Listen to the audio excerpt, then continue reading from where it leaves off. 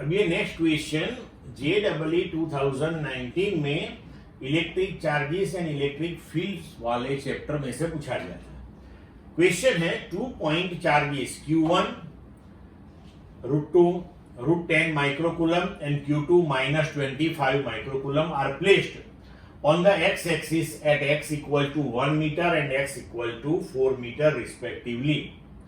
The electric field in volt per meter at a point y equal to 3 meter on y-axis is option 1 minus 63 I caret plus 27 j caret into 10 raised to 2. 2.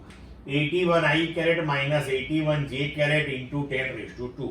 3. 63 I caret minus 27 j caret into 10 raised to 2. 4. minus 81 I caret plus 81 j caret into 10 raised to 2.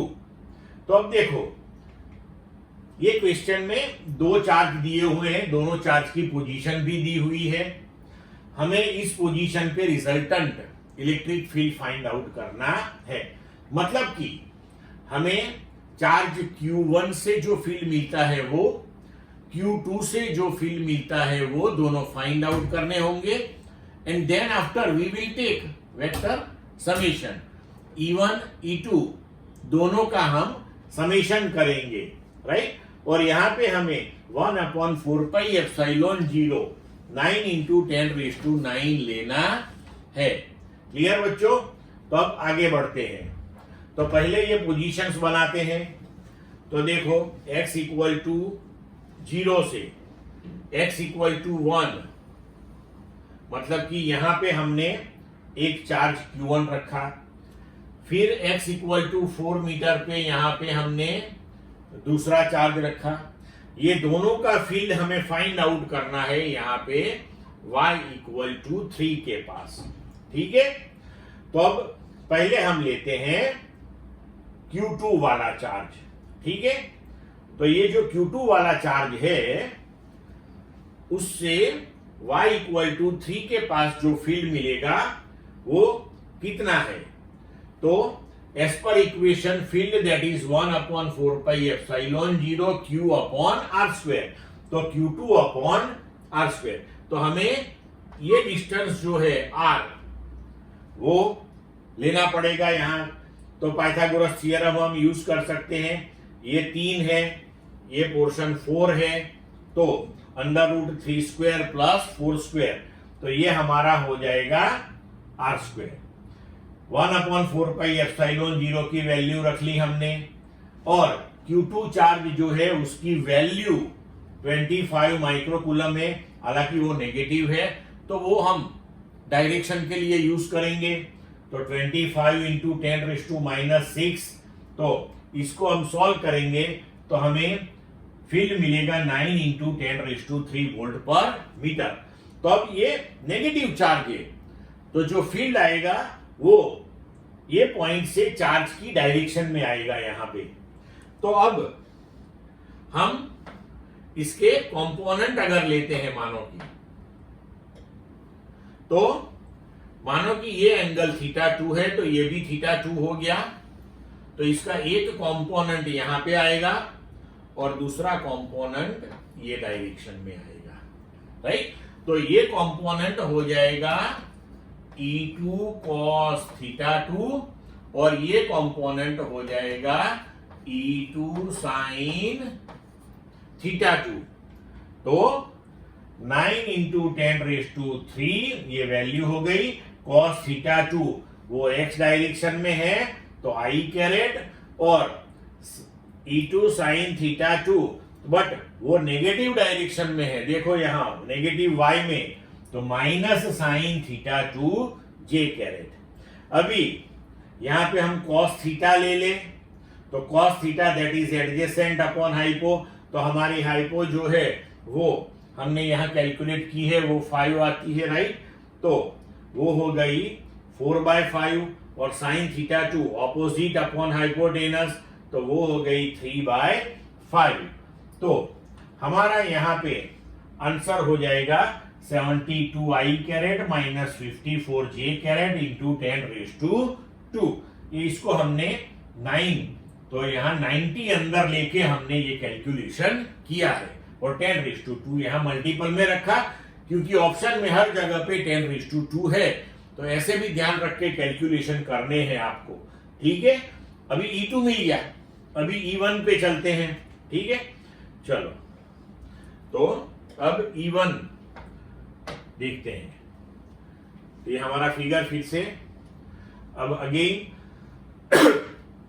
Magnitude wise E1 कितना होगा, तो 1/4πε0 Q1 upon R²। तो Q1 की value √10 microcoulomb थी, तो √10 into 10⁻⁻6 upon R²। तो अब Q1 जो है वो यहाँ पे है, तो ये पोर्शन हो गया अपना 1 मीटर, ये पोर्शन हो गया 3 मीटर। तो एज पर पाइथागोरस ये पोर्शन हो गया √1² प्लस 3², बट यहाँ पे R² लेना है तो हमने डायरेक्ट लिखा 1² प्लस 3²। तो अब ये है 1/4πε0 दैट इज 9 इंटू 10⁻⁹ √10 इंटू 10⁻⁻7, क्योंकि ये पोर्शन जो है 1² प्लस 3², तो वो हो जाएगा 10 यहां पे, राइट।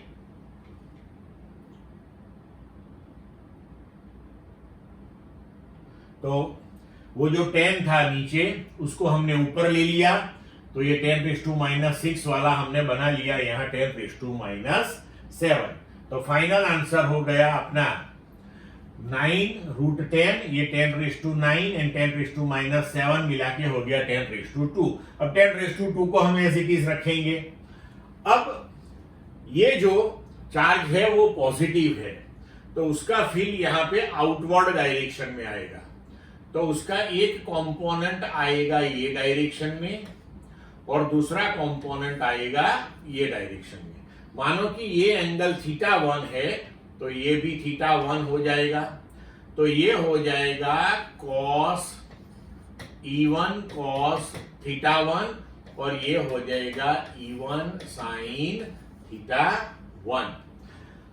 तब कोसाइन वाला जो कंपोनेंट है वो नेगेटिव एक्स डायरेक्शन में है, तो E1 9√10 into 10⁻² magnitude cos θ1 minus I caret, sine वाला कंपोनेंट पॉजिटिव y में है, so plus sin θ1 j caret. अभी इसके लिए cos θ तो एडजेसेंट अपॉन ये हाइपोटेनस, अपना हाइपोटेनस है √10, तो 9√10 इंटू 10⁻² 1/√10 माइनस I कैरेट, और ये sin θ1 that is opposite upon hypotenuse, तो 3/√10। अभी ये √10 को हम अंदर ले लें,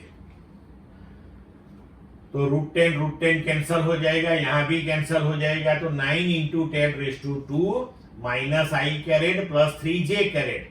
तो अब 9 को अंदर ले लेते हैं, तो -9I plus 27j caret into 10⁻²।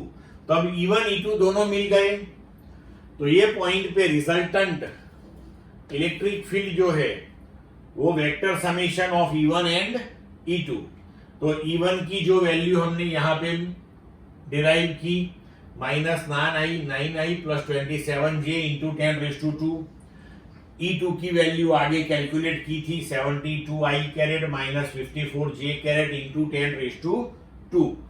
तो 10⁻² तो कॉमन ही रहेगा यहाँ पे, -9I एंड 72I, तो वो हो गया 63I, 27j प्लस -54j, तो वो हो गया -27j into 10⁻² volt per metre.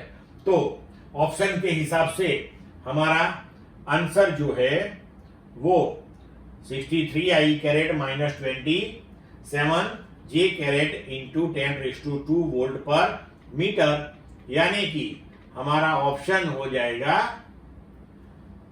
3। ठीक है बच्चों, क्लियर।